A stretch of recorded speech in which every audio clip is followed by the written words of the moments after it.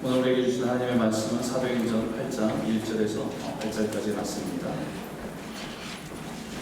사도행전 8장 1절에서 8절까지 말씀입니다. 제가 한 절, 여러분이 한 절 교독하도록 하겠습니다. 제가 읽겠습니다. 사울은 그가 죽임 당함을 마땅히 여기더라. 그날에 예루살렘에 있는 교회에 큰 박해가 있어 사도 외에는 다 유대와 사마리아 모든 땅으로 흩어지니라.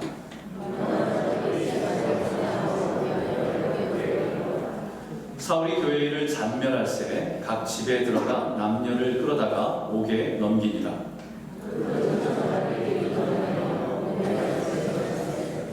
일기 사마리아 성에 내려가 그리스도를 백성에게 전파하니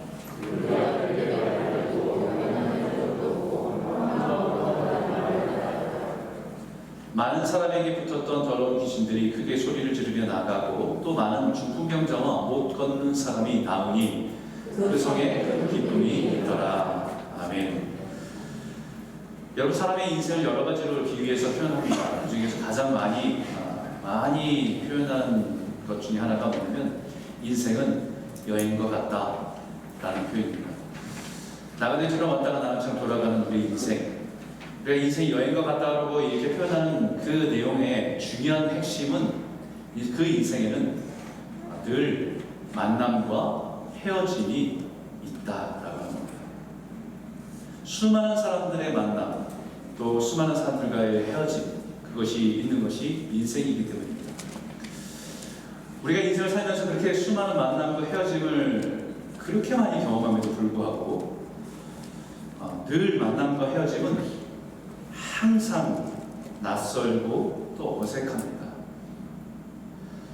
그 만남과 헤어짐에 다른 것이 있다고 한다면 만남에는 조금 더 기쁨이 있고 설레임이 있고 또 헤어짐에는 아픔이 있습니다.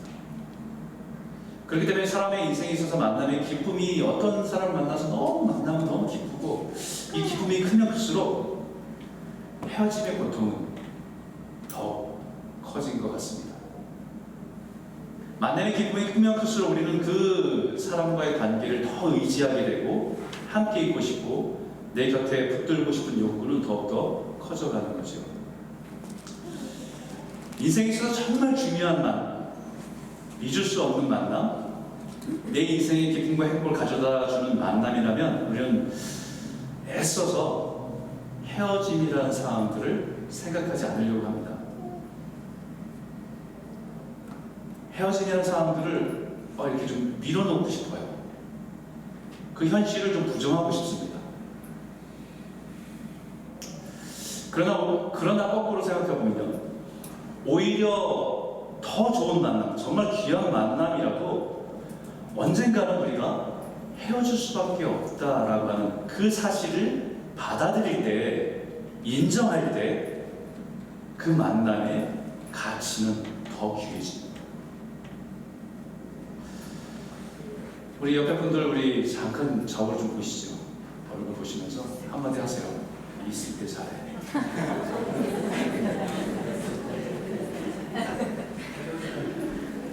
항상 같이 있을 거 같이 생각해서 우리는 쉽게 그 만남을 소홀히 생각할 때가 참 많아요. 나중에 되고 나서야 아쉬움을 많이 갖게 되는 것 같습니다. 그런 의미에서 생각해보면 교회라고 하는 것은 만남과 헤어짐의 연속입니다. 만남과 헤어짐의 연속. 저 13년 교회를 개척해서 지금까지 지나오면서 가끔 제 셀폰 안에, 컴퓨터 안에 컨택트 이름들 쫙 있잖아요. 진짜 많아요. 수백 명입니다. 그분들과 만날 때, 또 헤어질 때 생각해보면 아쉬움도 있고, 아픔도 있고, 안타까움도 있고 그래요. 교회는 이런 만남과 헤어짐이 가득한 곳이다라고 생각됩니다. 교회를 헬라어로 뭐라고 하냐면요, 에클레시아라고 불러 모으다. 주님이 세상에서 그들을 자기의 자녀로 자기의 백성을 불러 모은 공동체, 그것이 교회입니다. 우리 세상에서 한 사람 한 사람 불러 모은 것이 교회이고 그 다양한 사람들이, 각양각색의 사람들이 예수라고 하는 그 공동 분모를 가지고 함께 만나고 기뻐하고 예배하고 찬양할 수 있는 공동체가 교회라는 거죠. 그리고 나서 교회는 공동체로 모이기만이 아니라 그 은혜를 간직하고 그 은혜를 가지고 다시 세상으로 흩어지는 것이 교회입니다. 모이고 흩어지고. 예루살렘 교회도 만남의 축복이 있었습니다. 우리가 성경 읽다 보니까 예수 그리스도를 알고 같은 믿음으로 만난 사람들끼리 새로운 만남이 너무나도 행복하고 기뻤습니다. 지금까지 자신의 인생의 행복의 조건이라고 생각했던 소유, 어떤 물건, 그것조차도 그 사람들과의 만남 속에서 지속적인 만남을 위해서 혹은 새로운 만남을 위해서 얼마든지 포기하고 나눌 수 있는 은혜가 있었습니다. 지금까지는 그것을 위해서 살았습니다. 이것을 쟁취하기 위해서, 이것을 얻기 위해서, 이것을 성취하기 위해서 살았던 모든 것들이, 그렇게 귀하던 것들이 예수 안에서 만나니까 그분들을 위해서 자기가 이것을 내려놓을 수 있는 만큼, 베풀 수 있을 만큼 그런 은혜들이 충만했던 것이 교회였습니다. 그런데 그랬던 그들에게도 자기들이 원하지 않았던 헤어짐이 찾아왔습니다. 우리가 지난주에 말씀 나눴던 것처럼 사랑했던 스데반 집사, 교회의 영적인 지도자였고 영향력 있고 정말 모든 사람들이 존경할 만한 스데반의 죽음을 통해서 온 예루살렘에 있는 교회가 박해가 시작됐습니다. 폭풍처럼 시작됐습니다.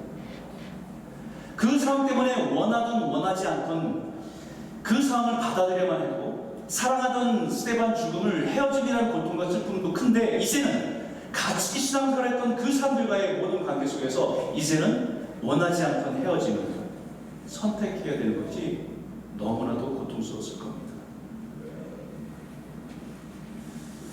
그런데 성경을 읽다 보면 이 성경은 이들의 이런 헤어짐을 바라보는 관점이 우리가 생각하는 것과는 다르다는 겁니다. 오늘 1절부터 3절까지 말씀인데 같이 한번 읽어볼까요? 다시 한번 읽겠습니다. 시작. 그날에 예루살렘에 있는 교회에 큰 박해가 있어 사도회의는 다 유대와 사마리아 모든 땅으로 흩어진다. 경건한 사람들이 스데반을 장사하고 위하여 크게 울더라. 사울이 교회를 장멸할세 각 집에 들어가 남녀를 끌어다가 옥에 넘기니라. 여러분, 그날이 언제입니까? 그날에 바로 스데반이 유대인들에 의해서 돌에 맞아 순교한 그날부터 시작된 박해가 모든 사람들에게 공포로, 모든 사람들에게 핍박으로, 모든 사람들을 두려움으로 몰아가고 있던 그날입니다. 사람들이 예루살렘에서 더 이상 자신의 신앙을 가지고 있지 못하는 그런 두려운 상황에 있을 그때입니다.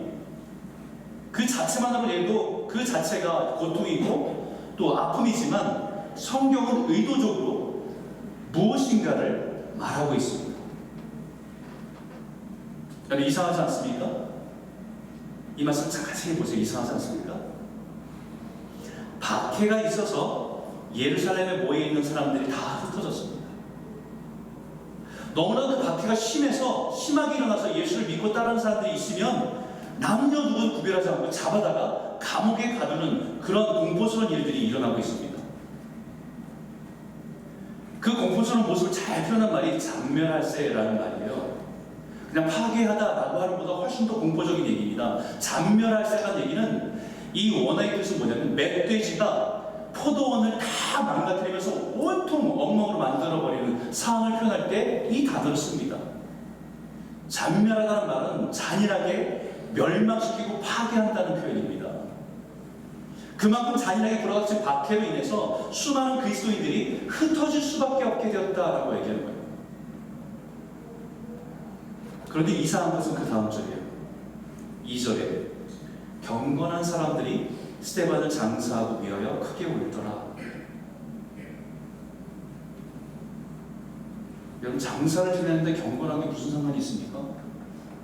전혀 맞지 않는 표현이에요.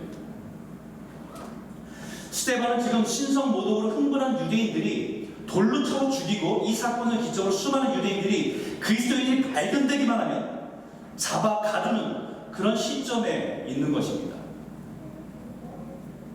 그런 상황 속에서 누군가 내가 그리스도인이라고 하는 것을 드러내면 그것은 굉장히 위험한 상황입니다.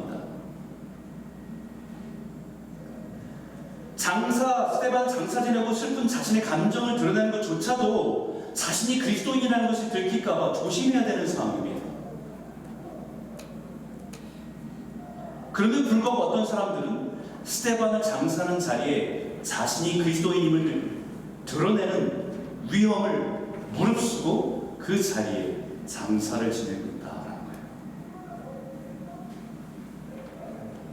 여러분, 일반적으로 죽은 사람의 장사를 치르는 사람들이 누굽니까? 그 가족들이 장사를 지냈다.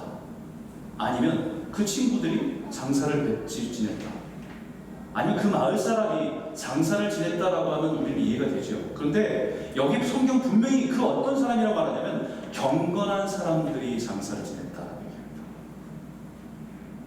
Devout man, 메시지 성경에는 good and brave man이라고 했습니다. 선하고 용감한 사람. 자신들이 그리스도인이라는 사실이 생명의 위험이 있어도 자신들이 그리스도인임을 드러내며 두려워하지 않는 사람들, 그 사람들을 가리켜서 경건한 사람들이라고 표현한 거예요. 저는 오늘 이 말씀을 통해서 여러분과 몇 가지 나누고 싶은데, 첫 번째는 주제는 이겁니다. 따라해볼까요? 고난은 우리의 신앙에 진리를 드러낸다. 진리가 뭡니까? 가짜인지 진짜인지. 성경 우리에게 분명히 전달하고 싶은 한 가지는 뭐냐면, 우리 고난은 우리의 신앙에 진짜인지 가짜인지의 진리를 드러낼 수 있는 시간이라는 겁니다. 그리스도인이기 때문에 받아야 하는 고난이 있다고 한다면 그것을 받아들입니다. 제자들이 그랬던 것처럼 공회에서 40에 하나 감한 매를 맞으며 온몸이 피투성이가 된 채 그 자리를 떠날 때에 그 이름을 위하여 능력받는 일에 합당한 자로 여기심을 기뻐하며 공회 앞을 떠나니라. 자신이 그리스도이기 때문에, 그리스도를 믿고 따른 일 때문에 받아야 하는 고통이 있다고 한다면 기꺼이 받아들인다. 그렇게 고난당했던 베드로 사도가 우리에게 분명히 말씀합니다. 베드로전서 1장 6절과 7절에 그러므로 너희가 이제 여러 가지 시험을 인하여 잠깐 근심하게 되지 않을 수 없었으나 오히려 크게 기뻐하였다. 너희 믿음의 시련이 불로 연단하여도 없어질 금보다 더 귀하여 예수 그리스도에 나타나실 때의 칭찬과 영광과 존귀를 얻게 하려 함이라. 여러분, 우리가 여러 가지 시험을 당하고 고난의 시간을 만나면 사실 인간적으로 근심과 걱정이 앞섭니다. 두려움이 압도할 때가 많습니다. 그러나 오히려 믿음으로 기뻐할 수 있었던 것은 믿음이 그 순간에 더 견고해지고 분명해졌기 때문에 기뻐한다라고 말합니다. 오직 바라보고 의지하고 소망하는 것은 주님밖에 없다라고 하는 그 믿음이 더 분명해졌기 때문에 기뻐한다라고 고백합니다. 마치 불로 연단한 금처럼 금을 둘러싸고 있던 다른 불순물들이 뜨거운 불에 다 녹아서 다 타버리고 순수한 깨끗한 금만 남는 것처럼 주를 믿는 믿음만이 더 분명해지는 것, 그것을 보면서 기뻐했다.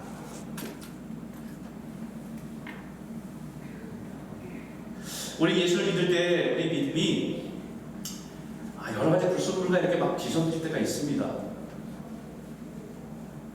예수를 열심히 믿으니까 사업이 잘 되더라. 하나님의 은혜입니다. 예수님을 열심히 믿으니까 우리 자녀들이 참 잘 되더라. 좋은 대학도 가고 좋은 직장도 가고 자녀들이 성공하더라. 하나님의 축복입니다. 예수 열심히 믿으니까 내가 원하고 바라던 일들이 정말 대박처럼 터졌습니다. 너무 좋습니다. 하나님께 감사합니다. 하나님께 영광입니다. 그런데 어느 날 우리 인생에 그렇게 원하고 바라던 것들이 다 태워버릴 때가 있습니다. 하던 일들이 잘 안 되고 가정에 문제가 생기고 건강의 문제도 생기고, 그럼 우리는 우리 삶이 흔들리죠. 불안해집니다. 우리 인생의 고난의 불과 함께 다 타버리고 아무것도 남지 않을 때에 그때 선명하게 보이는 것 하나는 있어야 됩니다. 그것은 불에 타지 않는 믿음입니다.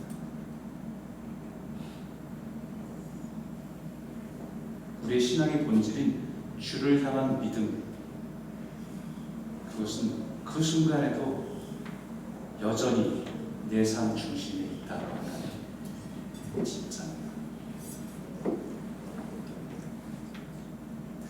우리 성경에서 고난의 인물이라고 한다면 우리 처음으로 떠올릴 인물이 욥이죠. 그 인생에 상상할 수 없던 고난이 마치 폭풍처럼 들이닥쳤습니다. 그의 재산을 하루아침에 다 잃어버렸어요. 그의 자녀들조차 다 잃어버렸습니다. 그를 바라보던 많은 사람들이 그를 존경하고 신망했던 그런 모든 것까지도 다 사라져버렸습니다. 이해할 수 없는 고난 앞에서 힘겹고 고통스러웠습니다. 그가 가지고 누리고 있던 모든 것들이 고난이라고 하는 불 앞에서 다 타버리고 아무것도 남지 않은 그 순간에 그가 견딜 수 있었던 유일한 것 하나, 그것은 그 안에 타지 않는, 사라지지 않는 주님을 향한, 하나님을 향한 믿음을 여전히.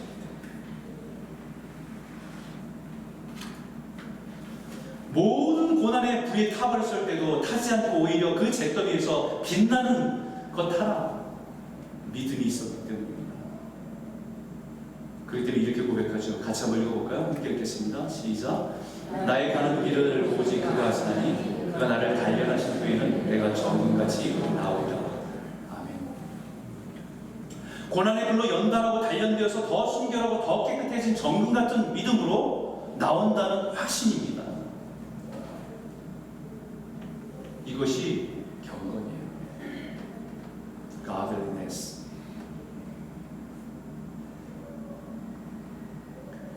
Godliness. 하나님의 형상이 내 안에서 보여지는 겁니다. 그동안에 그것을 덮었던 모든 것들이 다 사라지고 내 안에 진짜 하나님을 닮고 하나님을 향한 마음, 그 경건이 드러나는 것입니다. 바로 그 경건한 사람들이 시대만 장사하고 함께 슬퍼하고 있는 것입니다. 그 사람들에게 있어서는 인생이 이해할 수 없는 고난이 오면 비로소 그 사람의 신앙이 진짜인지 가짜인지가 드러나게 되어 있습니다. 예루살렘 교회에 불어닥친 엄청난 핍박은 마치 다음의 수확을 위해서 농부가 진짜와 가짜를 구별해서 좋은 씨를 남겨놓고 있는 것 같은 시간들이에요.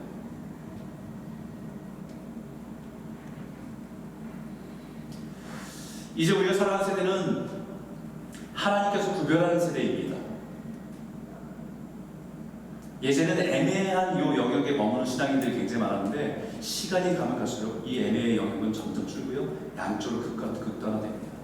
세상이든지 주님께든지. 그리스도인으로 살아가는 것이 결국 유익만 있지 않습니다. 예수 믿으면 손해보시고요. 예수 믿으면 고통당할 수 있습니다. 그래도 예수 믿겠습니다. 지금은 저와 여러분의 믿음을 점검할 때입니다. 인생의 고난 속에서 하나님을 향한 견고한 믿음이 있는지 확인하셔야 됩니다. 우리의 인생에 여러 가지 곤고함과 고통이 밀려와도 하나님을 향한 믿음은 더 견고해서 이 시대의 진짜 그리스도인들로 살아가시는 저와 여러분 모두가 되시길 주의 이름으로 축복합니다.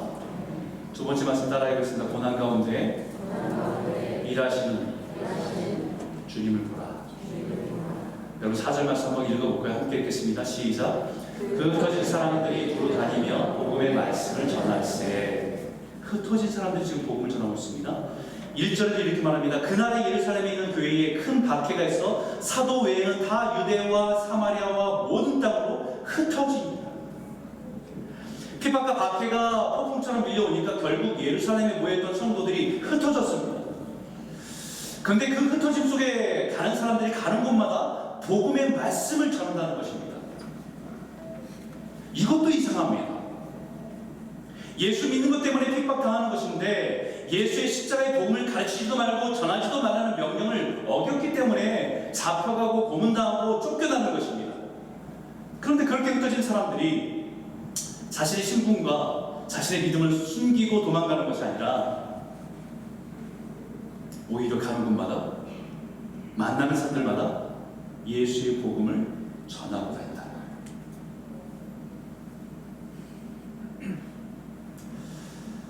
제가 이 본문을 묵상하면서 깨닫게 된 것 하나가 있습니다. 한글 성경에는 잘 표현되어 있지 않고 드러나 있지 않습니다. 근데 원문과 영문에는 조금 그것이 부각돼서 표현되어 있습니다. 원문에 분명히 있는 단어 하나가 있습니다.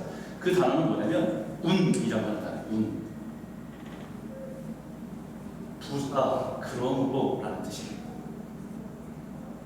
그래서 이 표현을 킹제임스 버전에서 이 표현을 담아서 therefore 그러므로 라고 하는 표현이 앞에 붙었죠.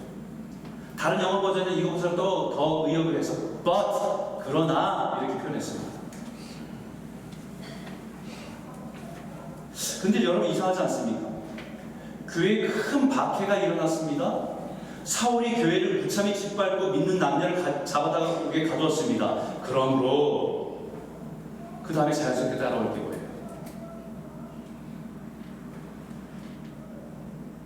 이 그러므로라는 단어를 쓴다고 한다면 사울이 교회를 무참히 짓밟고 큰 핍박과 박해가 있습니다. 사람들이 잡혀갑니다. 옥에 갇힙니다. 그러므로 그 다음에 뭡니까?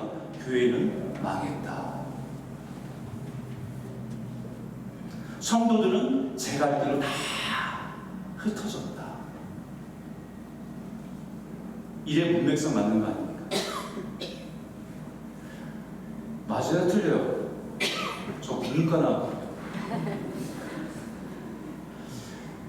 그러므로라는 표현은 언제 사용하냐면 앞에 있는 내용과 뒤에 있는 내용을 이어주는 부사로 원인과 결과를 얘기할 때 그러므로 얘기합니다.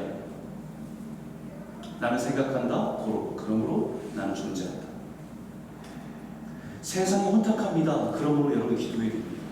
원인과 결과를 이어서 얘기하는 거예요. 그렇기 때문에 상황적으로 보면 교회가 핍박당하고 성도가 잡혀가고 그러므로 교회는 힘을 잃었다. 이렇게 원인과 결과를 말해야 되는 것이 당연한 거예요. 아마 당시 역사를 기록한 사람이라고 한다면 그렇게 기록했을 겁니다. 근데 지금 성경은 다른 관점으로 우리에게 말하고 있습니다. 교회가 핍박당하고 성도가 잡혀가고 그러므로 흩어진 성도들이 가는 곳마다 복음을 전하더라.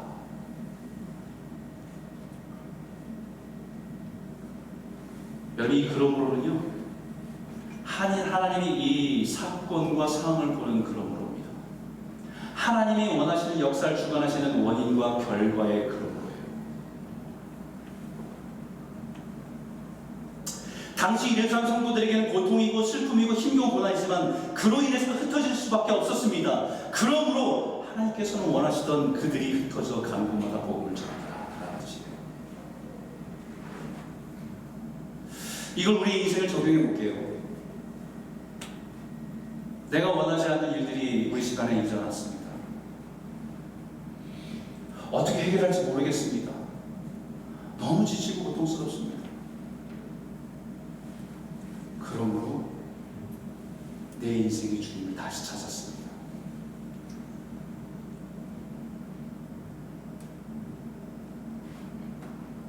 우리 인간적으로 생각하면 그러므로 다음에 뭐예요? 그러므로 내 인생에 소망이 없습니다.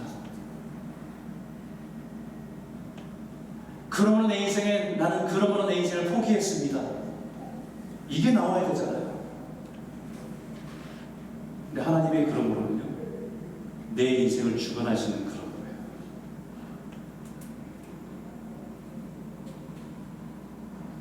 이 원인과 결과 이어지는 부사인 그러므로를 좀 더 크게 보셔야 됩니다. 1장 8절에 사도행전 1장 8절에 이렇게 말씀했죠. 오직 성령이 너에게 임하시면 너희가 권능을 받고 예루살렘과 온 유대와 사마리아와 땅끝까지 이르러 내 증인이 되리라 말씀하셨어요. 약속하셨습니다. 성령을 주겠다고 말씀하셨고 그 약속이 이루어지겠다고 말씀하셨습니다. 근데 그 명령이 하나님의 명령이 예루살렘이란 핍박과 박해로 인해서 흩어졌고 그러므로 비로소 하나님이 그 약속이 흩어진 사람들 통해서 이루어지고 있다라고 하는 걸 말씀합니다.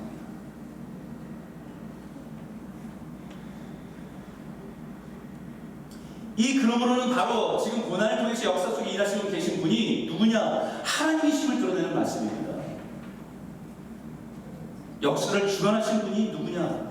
하나님께서는 하나님의 일을 하고 계신다. 내 고통을 통해서 일하고 계신다. 내 실패를 통해서 일하고 계신다. 하나님은 우리에게 신실하신 그 약속을 지키고 행하고 계신다. 할렐루야. 지금 하나님께서는 초대교회 성도들을 흩으셔서 예루살렘에는 밭이 아니라 이제는 유대, 사마리아 땅끝에 그 밭에 뿌리고 계시다는 겁니다. 여기 흩어진 사람들이라고 표현한 단어가 원어에는 디아스페이로라는 단어입니다. 디아라고 하는 것은 널리라는 뜻이고요. 스페이로는 뿌리다 라는 뜻입니다. 우리는 흩어졌다라고 하는 표현인데 이것을 농부의 관점에서 보면 뿌리셨다라는 뜻입니다.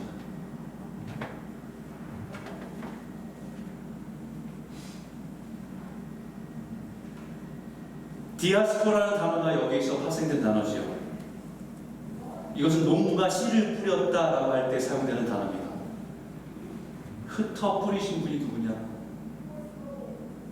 하나님이시라는 거죠. 우리 마태복음 13장에 예수님께서 천국에 대한 비유를 말씀하실 때 씨 뿌린 자 다 기억하시잖아요. 그 씨가 길가에 뿌려지고 돌밭에 떨어지고 가시밭 위에 떨어지고 좋은 땅에 떨어졌는데 좋은 땅에 떨어진 씨는 나중에 30배, 60배, 100배의 결실을 맺게 되었다는 말씀 다 아실 겁니다. 그 말씀에 뿌린다는 단어가 스페이로라는 단어예요. 우리 한번 같이 읽어볼까요? 함께 읽겠습니다. 시작. 대답해 이르시되 좋은 씨를 뿌리는 이는 인자요 밭은 세상이요 좋은 씨는 천국의 아들들이요 가라지는 악한 자의 아들들이요. 하나님께서 예루살렘의 고난을 통해서 경건한 사람들 바로 좋은 씨, 복음의 좋은 씨를 구별하셨습니다. 고난이 오고 박해가 와도 자신이 가지고 있는 신앙이 진짜인 것을 지키고 그것을 붙들고 살아가는 사람들을 좋은 씨를 구별하셨습니다. 그리고 그것을 뿌리십니다. 그의 고난이 오면 가라지는 견디지 못하고 날아가 버립니다. 알곡과 가라지를 구별할 수 있는 시간들입니다. 혹시 그 중에 남아있는 씨도 눈으로 보면 구별할 수 없는 것도 심어보면 압니다. 농부를 씨로 뿌리놓고 가만히 지켜보지요. 이 씨가 싹이 나기 시작하면 생명이 있는 씨라고 그것을 분명히 알 수 있습니다. 진짜 생명이 있는 사람은 흩어져 두루 다니며 복음의 말씀을 전하고 가짜 씨는 그냥 흩어져 버리거나 땅에 심겨도 쏟고 말아버리고 그것으로 끝나기 때문입니다.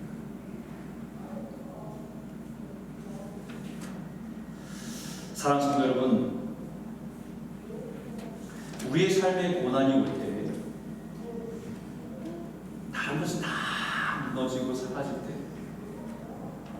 여러분 안에 제 안에 주님을 향한 믿음은 더 빛나기를 소원합니다. 의지했던 것, 사랑했던 것,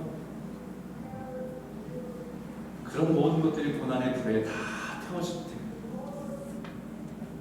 그때 오히려 우리 안에 있는 유일한 소망과 믿음이 더 분명해서 그 믿음을 가지고 고난을 넉넉히 이기며 살아가는 저와 여러분 모두가 되시기를 주 이름으로 축복합니다. 세 번째 말씀 따라해보겠습니다. 고난 속에서도 누리는 기쁨이 있다. 5절과 6절 말씀을 같이 한번 읽어볼까요? 함께 읽겠습니다. 시작.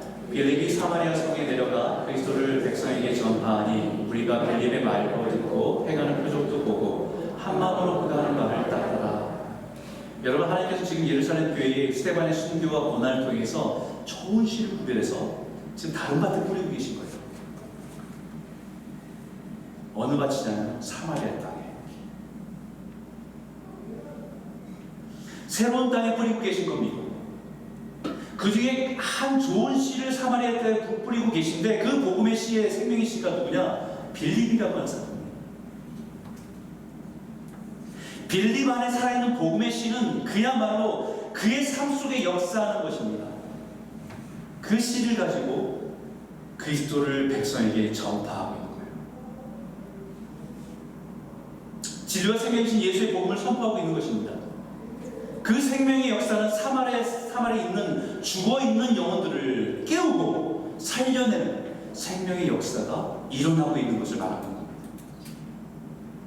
그리고 그 결과가 뭐라고 합니까? 8절에 같이 읽어요. 시작. 그 성에 큰 기쁨이 있다. 이건요, 빌리브 안에 있는 기쁨. 쫓겨나는 거잖아요. 쫓겨나는 것 자체만으로도 너무 비극적이지 않습니까? 화가 나고 분노하고 슬프고. 그런데 그 핍박 속에서 빼앗기지 않는 기쁨, 박해와 핍박에서 흩어지면서도 빼앗기지 않는 기쁨을 가지고 있던 이 빌립이 이 사마리아 사람들에게 생명의 씨를 뿌리고 있는 거예요. 여러분, 여기 말하는 기쁨은요, 우리가 성령의 열매 중에서 히라기라고 하는 단어와 같은 단어입니다. 카라라고 하는 단어예요. 카라. 이 카라라고 하는 단어는 그냥 외적으로 우리가 어떤 것을 변해서 우리가 좀 만족해서 얻는 그런 기쁨이 아니고, 이건 내 있는 깊은 곳에서 나오는 기쁨입니다. 이 카라라고 하는 단어와 똑같은 어근을 갖고 있는 게 카리스라고 하는 은혜라고 하는 단어입니다. 다시 말하면 지금 이 빌립이 이 사마리아 성 사람들을 만나며 복음을 전했을 때 이들 안에 일어나는 기쁨은 내면 깊은 곳에서 터져나오는 기쁨이라는 거예요. 외적으로 어떤 조건이 내 만족스럽게 나를 기쁘게 하고 나를 즐겁게 하는 기쁨이라고 한다면 이 단어를 쓰지 않습니다.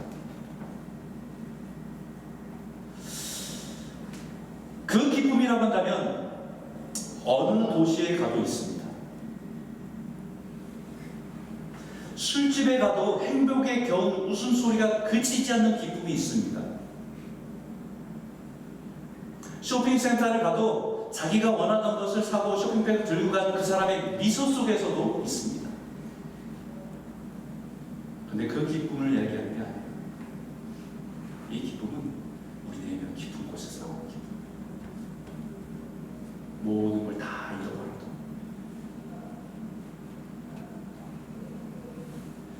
그 속에 큰 기쁨이 있다라고 하는 이 기쁨은 예수 복음으로 인해서 내가 살아나는 기쁨입니다. 박해와 핍박 속에서 빌립 안에 살아서 역사하던 그 기쁨이고, 공의에서 40에 하나 강한 매를 맞으면 온몸이 찢어진 채 피투성이가 된 채 예수의 이름으로 능력받는 일에 합당한 자로 여기며 떠나가던 그 제자들이 갖고 있었던 기쁨입니다.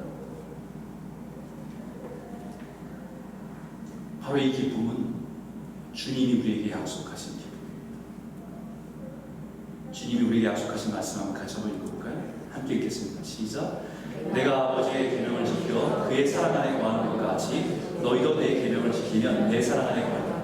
내가 이것을 너희에게 이름은 내 기쁨이 너희 안에 있어 너희 기쁨을 충만하게 하려 함이라. 아멘. 바로 예수님의 기쁨, 주님의 사랑 안에 거하는 기쁨.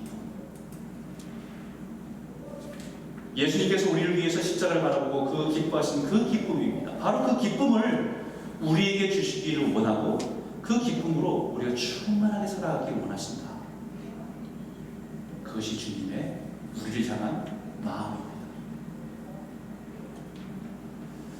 주님의 말씀이 내 안에, 우리가 주님 안에 있을 때 누려지는 기쁨입니다. 고난 속에서도 여전히 우리가 주님 사랑 안에 있다고 하는 그 믿음 안에서 나오는 기쁨. 오늘 이 기쁨이 저와 여러분의 가슴에 다시 풍성하게 넘치는 은혜가 있기를 주의 이름으로 축복합니다. 여러분, 우리는 조국을 떠난 지 꽤 됐잖아요. 오래되신 분들은 여기 3, 40년 되신 분도 계시고, 저는 조국을 떠난 지 한 22년 정도 된 것 같아요. 이렇게 조국을 떠나서 세계로 흩어져 사는 디아스포라 한국인 인구가 몇 명인 줄 아십니까? 1000만입니다. 5천만 중에 1000만이 세상으로 흩어져서 지금 살아가고 있는 디아스포라 한국인들이에요. 그리고 한국의 인구 중에서 1000만은 외국 사람들이 들어와서 사는 인구가 1000만이래요.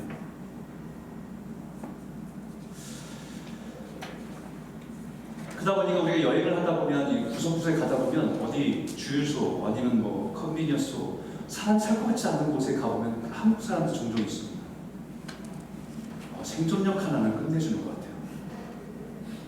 근데요, 그런 얘기가 있어요. 중국인 셋이 모이면 중국 식당을 차리고, 일본인 셋이 모이면 회사를 시작하고, 한국인 셋이 모이면 교회를 세운대요.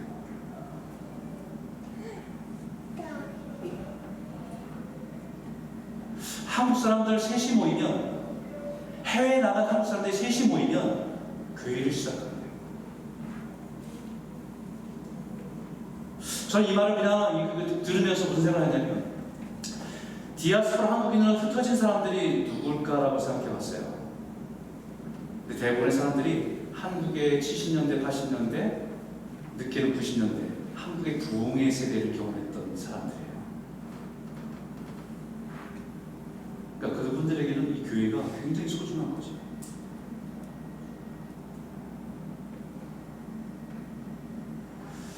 이 말은 저와 여러분이 캐나다에 하나님의 생명의 복음을 전하도록 뿌려진 생명의 씨라는 말입니다. 복음의 씨라는 말입니다.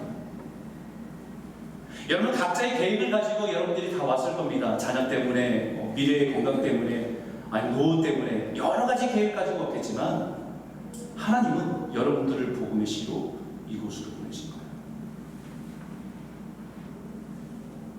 마치 핍박 속에서 흩어지는 그 사람들은 핍박 때문에 어쩔 수 없이 이동하고 어쩔 수 없이 그 도시에 갔지만 그들의 삶은 분명히 뭐였냐면 주님이 주신 복음의 씨로 사마리아를 들어가고 다른 땅끝까지 나아가는데 흩어서 뿌려짐을 받은 사람들이라는 거예요.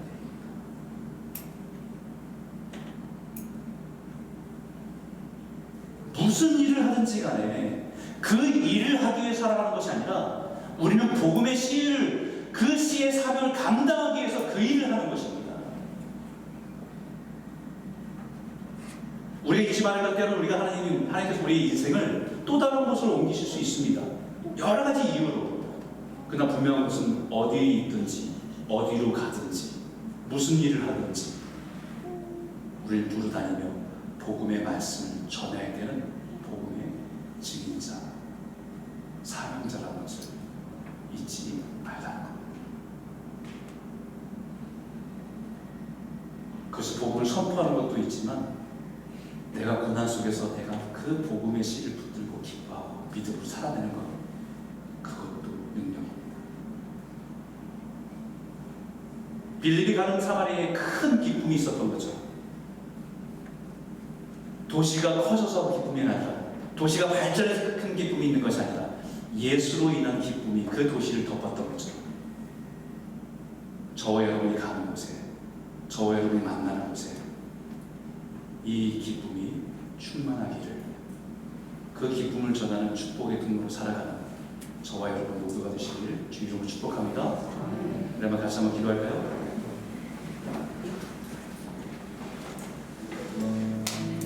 오늘 이 말씀을 기억하고 기도했으면 좋겠습니다. 핍박이 있고 박해가 있어서 자기의 정든 사람과 헤어지는 것 고통입니다. 내가 원하지 않는 것이었습니다. 내가 원하는 것을 밀어내야 되는 시간입니다. 그런데 주님은 그 일을 통해서 정금 같은 믿음을 더 분명히 붙들라고 말하고 있는 겁니다. 그리스도인의 삶은 고난을 피하는 삶이 아니라 고난을 넉넉히 이기는 삶입니다. 고난을 통해서 연단되어서 주의 성품을 닮아가는 가드리네스, 경건한 사람으로 닮아갈 수 있는 우리가 될 수 있도록 인도하여 주시옵소서. 모든 상황과 어려움을 보고 낙심하는 자가 아니라 그 상황 속에서 일하시는 주님을 보게 하셔서 우리가 어떤 상황에도 주의 복음으로, 복음의 씨로 살아가게 인도하여 주시옵소서. 여러 가지 어려움들이 올 때 그러므로 내가 낙심입니다, 그러므로 내가 지칩니다, 그러므로 내가 포기합니다 아니라 내 인생 속에서 말씀하시는 그러므로 하나님이 원하시는 것을 찾아갑니다, 주님을 만났습니다, 주님께 더 가까이 갑니다라고 하는 우리 인생에 하나님의 계획을 붙들고 일어나는 성도가 되게 하여 주시옵소서. 세상의 즐거움에 취한 인생이 되지 않게 하여 주시고 주님의 기쁨이 우리 안에 더 풍성히 차고 넘치는 인생으로 살아갈 수 있도록 우리를 붙들어 주시길 축원합니다. 우리 믿음을 한번 기도하기를 원합니다. 함께 기도하겠습니다. 살아계신 하나님 아버지 참 감사합니다. 오늘 이 말씀을 통해서 우리가 이 시대를 살아가는 하나님의 백성들로 경건한 그리스도인으로 살아갈 수 있도록 인도하여 주시고 붙잡아 주시옵소서. 하나님 아버지, 예수로 인해서 우리가 많은 것을 누리고 많은 것을 얻고 많은 것을 취하는 인생이 아니라 이제는 예수로 인해서 어떤 고난도 어떤 어려움들도 당당히 붙들고 살아갈 수 있는 믿음의 성도들 되게 하여 주시고 경건한 그리스도인으로 온전한 삶을 살아갈 수 있도록 인도하여 주시고 붙잡아 주시옵소서. 내 인생에 처한 모든 상황과 상황에서도 그러므로 하나님 그 상황에 따른 그러므로가 아니라 주님이 내 인생을 주관하신 그러므로가 내 인생의 중심이 되게 하여 주시고 붙들게 하여 주시고 믿음으로 살아가는 데 되게 하고 인도하여 주시옵소서.